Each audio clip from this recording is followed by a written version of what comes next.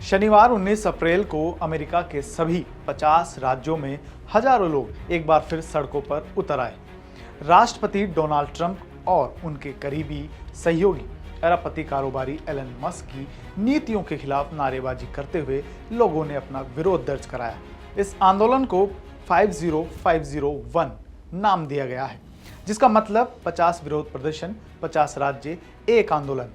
प्रदर्शनकारियों का गुस्सा ट्रंप प्रशासन की टैरिफ वॉर नीतियों, सरकारी नौकरियों में भारी छटनी और अप्रवासियों के खिलाफ बढ़ती सख्ती को लेकर था। वॉशिंगटन डीसी में प्रदर्शनकारियों ने व्हाइट हाउस का घेराव किया तो कई शहरों में टेस्ला शोरूम भी निशाने पर रहे। यह दूसरा मौका है जब ट्रंप के खिलाफ इतने बड़े स्तर पर विरोध प्रदर्शन हुए। इससे पहले 5 अप्रैल को भी देशव्यापी प्रदर्शनों ने सुर्खियां बटोरी थी। ट्रंप प्रशासन की नीतियां, विशेष रूप से टैरिफ वॉर और सरकारी विभागों में की गई कटौतियां, इस आंदोलन की मूल वजह है। अप्रैल 2025 में राष्ट्रपति ट्रंप ने वैश्विक व्यापार पर 10 से 20% तक टैरिफ लगाने की घोषणा की थी, जिसके चलते विदेशी सामानों की कीमतों में तेजी से बढ़ोतरी हुई। इस महंगाई का सीधा असर आम अमेरिकी नागरिकों की जेब पर पड़ा है, क्योंकि रोजमर्रा की आवश्यक चीजें अब पहले से कहीं अधिक महंगी हो गई हैं। वैश्विक शेयर बाजारों में भी भारी गिरावट और मंदी की आशंकाओं ने स्थिति को और बिगाड़ दिया है। दूसरी ओर एलन मस्क के नेतृत्व में नवगठित department of government efficiency dose ने हजारों सरकारी कर्मचारियों को नौकरी से निकाल दिया।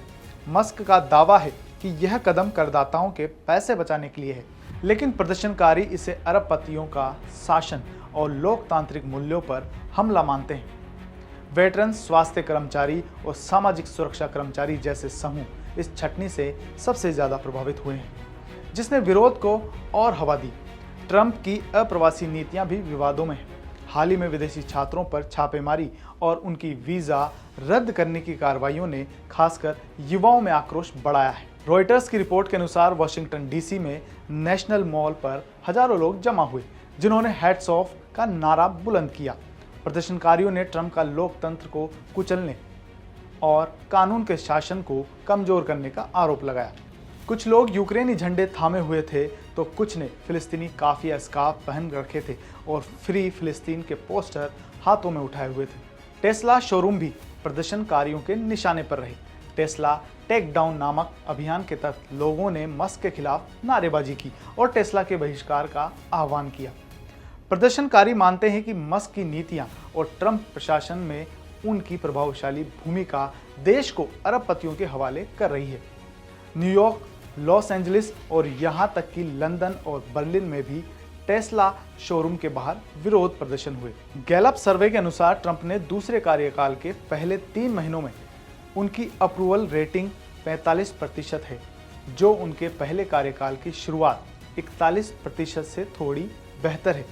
हालांकि यह आंकड़ा 1952 से 2020 तक के अमेरिकी राष्ट्रपतियों की पहली तिमाही की औसत रेटिंग 60% से काफी कम है। ट्रंप ने जनवरी 2025 में 47% रेटिंग के साथ शुरुआत की थी, लेकिन टैरिफ और छटनी जैसे कदमों के बाद इसमें गिरावट आई। हालांकि हावर्ड्सकेप सर्वे में 54% लोग मानते हैं कि ट्रंप अपने पूर्ववर्ती जो बाइडेन से बेहतर प्रदर्शन कर रहे हैं। फिर भी ट्रंप के सलाहकार मस्क की छवि को लेकर जनता में नाराजगी साफ दिखती है, जिसमें 51% लोग उनकी भूमिका को नकारात्मक मानते हैं। इस आंदोलन में प्रदर्शनकारी न केवल सड़कों पर उतर रहे हैं, बल्कि सामुदायिक स्तर पर फूड ड्राइव और म्यूचुअल एड जैसे काम भी कर रहे हैं, ताकि ट्रंप की नीतियों से प्रभावित लोगों को सहारा मिले। दूसरी ओर ट्रंप इन प्रदर्शनों पर खामोश है। शनिवार को उन्होंने कोई सार्वजनिक कार्यक्रम नहीं किया और फ्लोरिडा में अपने रिजॉर्ट में गोल्फ खेलने में समय बिताया।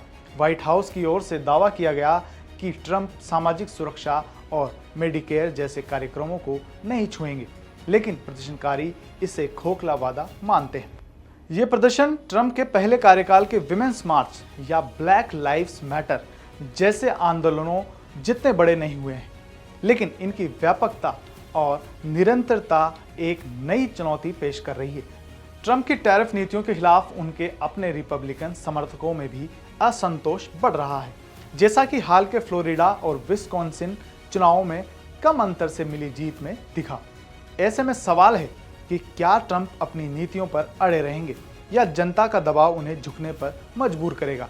यह सवाल आने वाले महीनों में अमेरिकी राजनीति की दिशा तय करेगा।